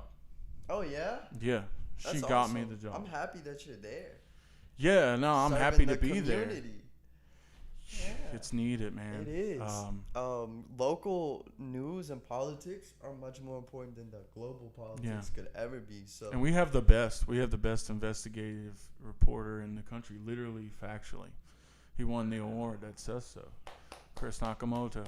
So next up, everyone, I'm working on a solo tape, and I'm gonna be doing vocals, and just so I can do shows. What are you gonna release your solo tape as, or is that even matter? I'm thinking Ethereal Jack or Jack Xavier. We might do a name change soon, just because Stevie Wonder, Ethereal Jack, and I just want to have a little more. I got into a whole situation with like everyone around me kind of recently, just kind of like doubting a lot of like friendships I have, because a lot of it is based around like the events, and those events only happen once a month. And again, that's very honest, man. I can't be. Appreciate your honesty. Every day, but I don't have to be like, I'm not fucking like Liberty Spike, what you call like CL Punk or whatever. Yeah, like I'm not him every day. Like I'm this guy too, and just like, you know. So I was like, man, I don't really have many friends, to be honest. So I'm just like, okay. A lot of like very talented people say that. Yeah, I just need to do a solo tape just so I can like make some more room for myself.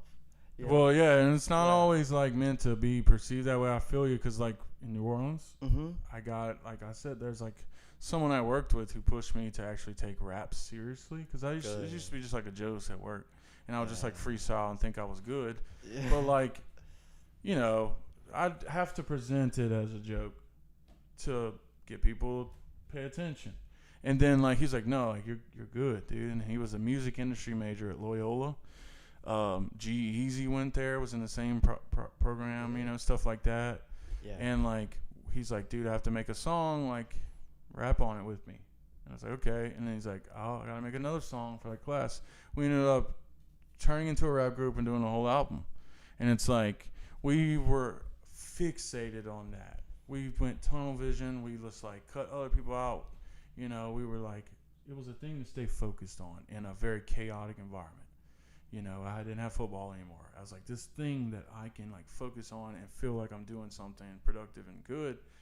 And then once we released it and it was kind of done, and it was like, we're trying to get shows and stuff like that. And it's like, you know, he had always had his hands on the keyboard. You know, he had always, and I'd always just like given my thoughts on the beats. And it's like, dude, I need to make beats.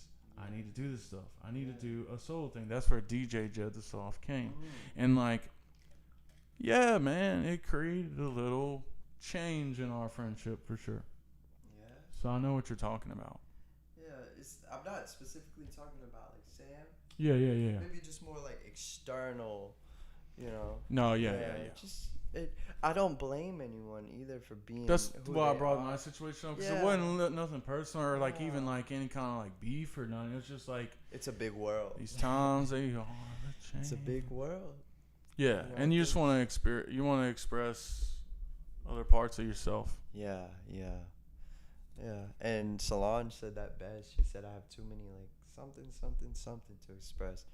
That's the fucked up thing about being an artist. Yeah. You got to do everything. Dude, during quarantine, I was doing too much. I had it under impression. I was like, you know what? I'm going to create a TV network. I'm going to have something for everybody. And it's like doing it all yourself. Like, it's tough. Yeah, that'd be tough.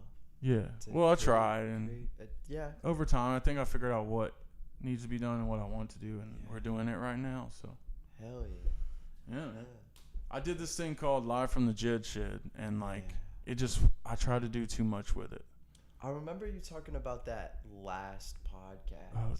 Remember, thank I watched you for the last listening. podcast. Yeah, I almost wasn't gonna do that one. Yeah. But it was like, in the early days, I gotta stay consistent. Yeah. And this is fun, man. Like we say, you don't have many friends. I don't have many friends, but it's like this is sort of also a way to like try to combat that in my own way. Yeah. Yeah.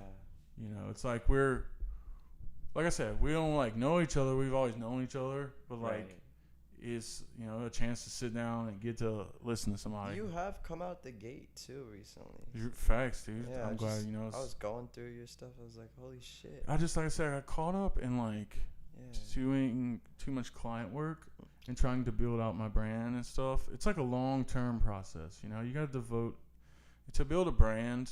Mm-hmm. I want it to go past me, past my time on this earth. I want it like it's like Coca-Cola. Whoever created Coca-Cola probably been dead, man. Yeah. And it'd be hard to extinguish that off the face of the earth. It probably took a long time to make Coca-Cola this big, huge brand, but just the amount of time it took, it would take that long. Like, you could delete Coca-Cola Instagram, tomorrow, but that's not going to matter. There will be signage. There'll be merch. There'll be people drinking. It will take so long for the remnants of Coca-Cola to disappear. And, like, that's the way I'm trying to think. Yeah. And then people are like, what is White Dirt? Is it a group? Is it a this or that? It's like, well, what is Nike a group? Who's in Nike, Yeah. Okay. You got to think about it in that way. It's going to take a long time. So I don't try to, like, think of things short term for White Dirt. It's sort of like just always trying to, like, put into it. Yeah, always give just back. Like filling the well with water. That's how I see creating right now. It's just I'm filling the well with water. Sometimes it explodes and there's a lot of makes a mess and shit. It's just water, Yeah, exactly. So or even we could think of it as like filling the volcano with lava. I like that more. I like that too. Yeah, and sometimes it explodes and then sometimes it burns through what it burns through. But that's the thing. Never be too caught up on like maybe the reach or anything like that. Just just keep building that lava, man. Like, Look, that's an Instagram reel right there, dude. I gotta get the fucking volcano, Dante's Peak. Yeah, I agree. Yeah. I think it's because half the time it's the thing you didn't expect to end up blowing up anyways. I just look at it as like, I explain this to someone recently, and I was explaining a lot. There's like two kinds in the terms of YouTube. Yeah. Shout out YouTube world. But like there are like two kinds of YouTube watchers. There's this kind that like need to figure out why their mic is echoing like right now. They don't care who made the video. They don't care about the channel. Yeah. I just need the information in this video. I'm not gonna subscribe. None of that shit. But I might come back to it in a month. Whenever it messes up again, like we were talking about, I didn't retain the information, so I got to go back and look at it again. Everyone in the world is that kind of YouTube user. The other kind is subscribers. They're gonna subscribe to the thing and consume everything that channel puts out as long as it's consistent. They are down with the tropes. They like to get involved in the things. That's so fun to be that. That's what I want to get with this podcast eventually. I think you helped me. With every time I have a guest, they're gonna do the slate. Hell yeah, setting rituals, man. Yeah. Well, you have to have inclusion. Yeah. Something for people to be involved in. That's what worked about the shows that we started doing. They started off with inclusion. We took quick note of that. So yeah, because it isn't about. It's equal parts about them and the creator. Yeah. Or even more them at some point. But then that's when stuff starts to lose its authenticity. Anytime you create, it's no Yeah. longer yours. Anytime you release something, it's no longer yours. Yeah, yeah. In a way, I mean, It's the but world's it now. isn't. Yeah. So do that's what like they that's in want. regards to like how people receive you. Mm-hmm. You know, like the name White Dirt, like some people receive that in not good ways. And it's like, I try, you know, you could spend all day trying to coach people up on what your thing means, but then it probably isn't doing its job if you have to do that. Yeah, yeah. But also on the flip side, it's like it means what it means to people. I used to be very interested in like over explaining stuff, but recently, like 2 sentences is like really good for getting what you need to say across at this point. Like earlier, my art teacher said, "Explain your work of art." I tried to explain it in 2 sentences, and she wanted a whole synopsis, and I'm like, can it just not speak for itself? Like, you can see this, and this is way better than anything I could say, because I made it. And what is it now? Like you get what I'm trying to say. Like, Yeah, absolutely. yeah. I mean, Things get convoluted. no, yeah, it's more of that's kind of, it explains exactly this coming out the gate, the PLAYBAW era. Like I was trying to say, like I got less worried about, you know, how this key part sounded theory wise, and more of like, man, you just need to try to find the pocket. Yeah. With People your, can identify with that. with your PLAYBAW stuff, I instantly was on the same page as you are. Whenever I saw you coming out the gate again, because Yeah. I'm be honest, I haven't heard your name in a while. Yeah, In that's the how I past felt. 2 That's years. That's exactly how You I know? felt. So that's why I was like, And- dude, like whenever I seen you come out the gate, I was like, you need to get him. You need to check out what's going on there, because it's like it's an interesting take where I'm at in all this now. It's like I used to be that, you know, on the grind, like really Yeah. had a lot of energy. You know, I was like getting rental cars and going to Tulsa and doing a show, and just, you know, I'd played every venue. You know, I'd played, you know, you name it, and I had earned my like name, and people started to, and even on the SoundCloud scene, like I was, you know, getting big features and stuff like that, and like getting Sweet. placed. And then I got caught up in this and that stuff in the scene. You know, I mean, coming back out the gate, I felt like, man, like I got to completely restart type of thing. I had to restart Yeah. everything. I had a whole group before. And like you Just said, going you blast got out. like situations and shit. Like me, like you done, you know, so we done got there. Like I got involved in plenty of situations. I felt like, you know, I was outcasted. From my perspective, I felt like I got my back turned on and outcasted by most of the scene, when like sometimes we interpret things from our own perspective and not necessarily knowing the whole fucking deal. But Do we you need mind to me be asking heard. What happened? I'll get into more detail about it. Well, you've been pretty honest. Maybe just like, should we do it maybe like off camera? We can, but I mean, you've been very honest, so I don't want to like not match that energy. You know what I'm saying? If you don't feel comfortable, we don't. But let's put it this way, like, Yeah. you know, I felt like I was, like you said, I felt like I had gained like a family in the music scene. Yeah. But then when a certain thing happened, and you know, I felt like all that, I'm not gonna say it was fake, but it was convenient for people at the time. Yeah, man. And then you got to see, you know, all of that disappear for the most part. So people that was calling me family and treating me as such, like almost, in my opinion, like from my perspective, just disappeared completely due to a situation. Okay. You know, Okay. and then it was in the midst of COVID as well. Yeah.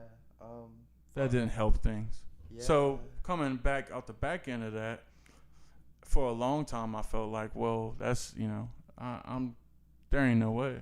Yeah. But then I started seeing, like, I'm not gonna lie, your movement, what you've been doing, was very inspiring to this old chap, because it's like Thank you. that's really what it's all about. Yeah. It's not about whether you popping or not. It's about seeing somebody have that experience, have that look come up, have a bunch of people like believe in you and stuff. And I trust me, I know. It's not always cracked up to be like Fuck no. on the Instagram and stuff. You know, you see social media and you get a version. Yeah. Because that's what you're supposed to do. You're supposed to market yourself. You know what I'm saying?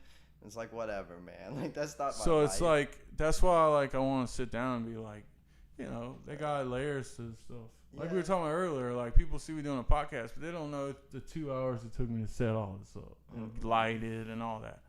So it's like, and they don't need to see all that. No way.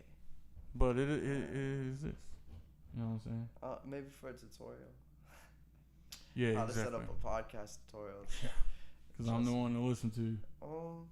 We got Buku Fit. That's my baby. Hello. Are you cooking? Can you cook Sarah. some food? He started talking about seafood earlier from New Orleans. Yeah. East. Oh, she said dinner's ready. Damn, dude, it means we gotta wrap this up. No, it doesn't. Well, we're at hour and 47. Oh shit. No, it doesn't bother me. Good. Like this can be the outlier, like the guest ones. I mean, you don't want to be fearful, man. You don't want to. You can tell I'm enjoying it. I said no, it doesn't. Well, I'm glad, man, because like there's no rule book. No. There's nobody telling me how to do this. Plus, this is good. This is a good format for actual conversations. Yeah. Well, we definitely talked about some things that I needed to talk about that I didn't even know we were gonna get into. The dude just straight up sat down within the first 5 minutes, like, yeah, they be stealing my swag. It's like, okay, we're going there. I had to. I have people like threaten me. I'll never quill your honesty, dude. I appreciate honesty. Yeah. That's what matters. Yeah. I watched the movie The Whale the other night, and like essentially, it's a movie with Brendan Fraser. You know, he had his own like coming back out the gate situation in his career, and like he's a brilliant actor, but not to tangent too far, but like the whole like take home message is honesty. Yeah. It's more important like than a lot of things that we take so serious in life. Wow. And honesty with like how much better things could be too. Like if you need to make things a little better, optimism. You can be honest with yourself and see that, damn, I'm a fucking pessimist, because that's what I was. Yeah, it took me to do that. Yeah, because pessimists can still live a decent life. You can still move on. Well, there's a reason why people are pessimistic. There's usually not. They're not. 9 times out of 10, they're not just being pessimistic because they want to. It's just for me, like I needed it. Like we started off by saying, like you don't really know unless you were there in a situation. Yeah. And it's like, so listen to me about it. You know, don't just judge me. Yeah. Like you gotta like. This all is tying together now. Everything we talked about, it's like you're not understanding my point of view, and the more we don't do that, the more disrespected each side feels, type thing. Mm-hmm. So it's like being honest is a huge responsibility from the listener. We have, because it's very important. It's not always kosher. It doesn't always fit into the narrative. It might get you demonetized on YouTube, but it's like it's very important. Yeah. Like in the context of the movie, it was like he was a online English teacher, so like people had to like write essays. Yeah. And then he was like, at the end of it, he was just like, you know what? He was like, fuck the fucking rules. Just write me something honest. Yeah. Wow. And then, you know, people were like writing about their deepest fears and stuff, and a lot of it's very mundane, everyday stuff. Ooh, do you want to do a lightning round? 5 favorite movies? If we Sure. can name some. Go. Kill Bill, Volume 1. Ooh, Casino. Do the Right Thing. Forrest Gump. Kill Bill. Akira. Funny Games. The Irishman. Ooh, I was gonna say that. I'm trying to think of a good one. Requiem for a Dream. Shit, I haven't seen that. And then 5th one, I'm gonna put Eyes Wide Shut. Ooh. Why not? I've been meaning to watch that one recently, man. Check that one out. It is, Full Metal Jacket. Same director. Yeah. We didn't even get into filmmaking yet, man. Yeah. I've been watching these amazing YouTube retrospectives. I don't know. It's like some of these people are so good at making these things that like the notion of like YouTube content or whatever is like lesser than. It isn't anymore, dude. There's like some brilliant stuff. It's not on YouTube, and it's like this dude made a 3-part series about Tarantino stuff. So it's like I had to watch. I watched Once Upon a Time in Hollywood like years ago when it came out, and I was just like, I'm such a different person filmmaker wise now. I'm super into anamorphic lenses now, and like I'm super into like, film and like things about film and stuff now. So it's like, yeah, I gotta like watch this again. Yeah. After consuming like hours of YouTube dissection about it. Yeah. Like, oh, that little thing that like you wouldn't know about otherwise. Like, damn, that makes me want to go watch it again now. Yeah. Have you seen a movie called The Lemon Cake? Or something like that. It's rings a bell. James Bond's actor. Who's that white guy? Pierce Brosnan. Yes, he did a movie about 2-3 years ago called The Lemon something. It's really good. It's ringing a bell, but really no, good. I haven't. Yeah. It's a great film. Yeah, if you it's Halloween time now, I guess. I don't know if you're into that kind of stuff. I gotta be in the mood, but funny games I listed during the lightning round. You gotta check that out. Have you seen Natural Born Killers? Yes. That's one of my favorites. I need to rewatch it. And people say like that's a red flag. Why do you like that movie so much? It's very creative. Yeah, what are you talking? Well, see, that's a good point. That's what I'm saying. Like, that's what I was trying to. You just implemented what I was trying to describe earlier about how, like, what Matt from Yes We Can was saying about how this new generation doesn't really know how to like deal with conflict. Yeah. That's like what you're saying. It's like, oh, that's so violent. Like, why would you? It's like, dude, you're trying to restrict. It's creative. So restrictive to think that way. My older sister was like, hey, that's like someone killed a bunch of people after they watched that movie. Yeah, but it inspired me to go out with a camera and just film shit. So people started killing people when movies first came, right? Yeah, there was no murder in the world before movies. Totally. Like, okay. So yeah, man, Natural Born Killers is cool. I mean, yeah, I watched SLC Punk recently because that's never been on streaming services that I know of, and now it's on Tubi. Mm-hmm. Tubi is the best platform now for me. There's so much good classics on there now. I watched Casino, Goodfellas the other day. Have you seen the movie called Mo Better Blues? I haven't watched it, but it's on my list. I gotta watch it. Yeah, I love that movie. It's about. I'm sure you know what it's about, right? I don't. It's a Spike Lee film. You're probably familiar. You probably know that already. The dolly shot. And, no, I don't know. You probably know that he did it, but he did there's Wesley Snipes and who's in Training Day? Oh, it's blanking me. Ethan Hawke. Oh, Denzel Washington. Yes, and Spike Lee and Denzel Washington is like in love and he's a jazz musician. And the movie is just kind of like whatever, gambling, money. But then the ending, you know movies like that. It's like, okay, where are we going with this story? And then the ending hits and you're like, oh, that's where they were going. See, that's storytelling for you. That's why I like wrestling, because like you can do one thing in the story and it's like, man, why they do that? But it's like if you wait to see the whole story, then you're like, okay. Yeah. I love that about albums too. Yeah. Okay. Albums are really beautiful. Yeah, albums, like the art of the album, man. It's the best art in the world, in my opinion. And if you don't think about things like you're saying, like reach and stuff, you can make the best album you can. The one I'm working on right now, which I don't want to talk too much about, but I had the MILF Hunter D album. That's where it all started. Mm-hmm. And I'm working on the MILF Hunter 2. Okay. So that is something I'm trying to make it an album, man. I want it to be that whole experience where all the songs, you can tell they all are part of that. I want maybe some kid 15 years from now like find it. Yeah. And it'd be like, I've been thinking about it a lot lately. Like, I was a young kid coming up in Baton Rouge where like a local band, I thought they were like famous. Gods. Yeah.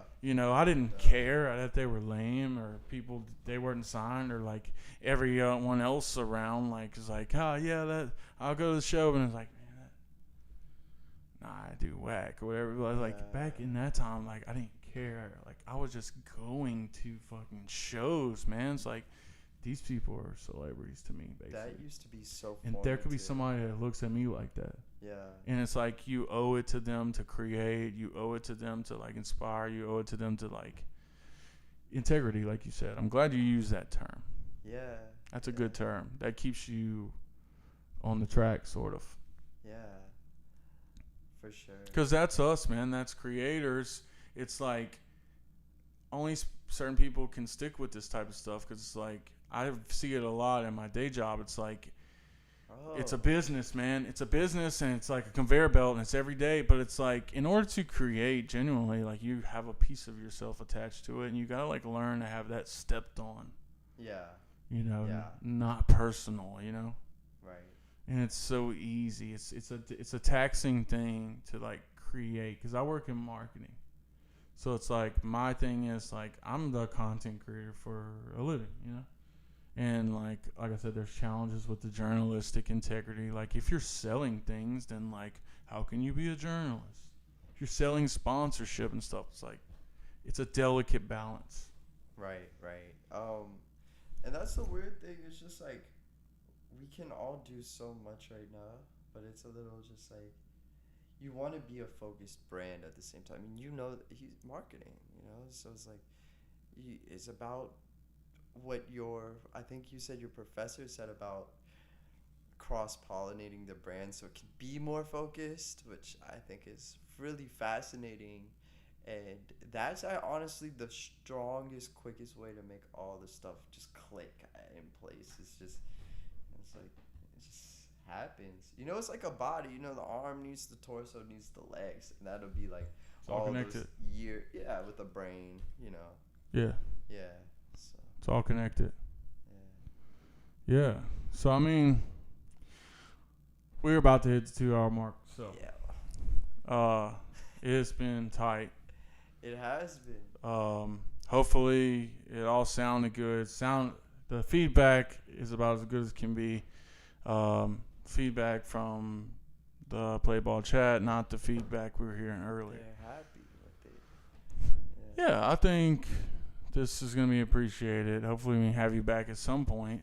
Yeah. And stay on the lookout for what comes of this. That's another thing. You never know what comes of these type of things. No. Who like reaches out to you because of it. That's my biggest thing, you know. Like I definitely want to be known in your crowd for sure. That's part of it. But it's like we talked about it. You were inviting and you were saying things that I know that like I can be like vulnerable in that moment and be honest and be like, yeah, man, I fell off. Like I need to get back into it. And it's gonna be okay no matter what if you got the pure intentions. Yeah, 100%. Yeah, I don't have to like prove things to myself and people as much as I used to need to. That used to be way more important to me. Mm-hmm. And then, you know, this and that happened. It's like medical issues came about. You know, that kind of stuff humbles you. Yeah, no success will ever be as like joyful as like inner peace. That's what I've been seeing lately. That's a great way to put it. Yeah. That being said, hey, this is Ethereal Jack XAVIER, have a Neosoul, and to be determined maybe solo name. Yeah. But this has been episode 5 of the PLAYBAW podcast.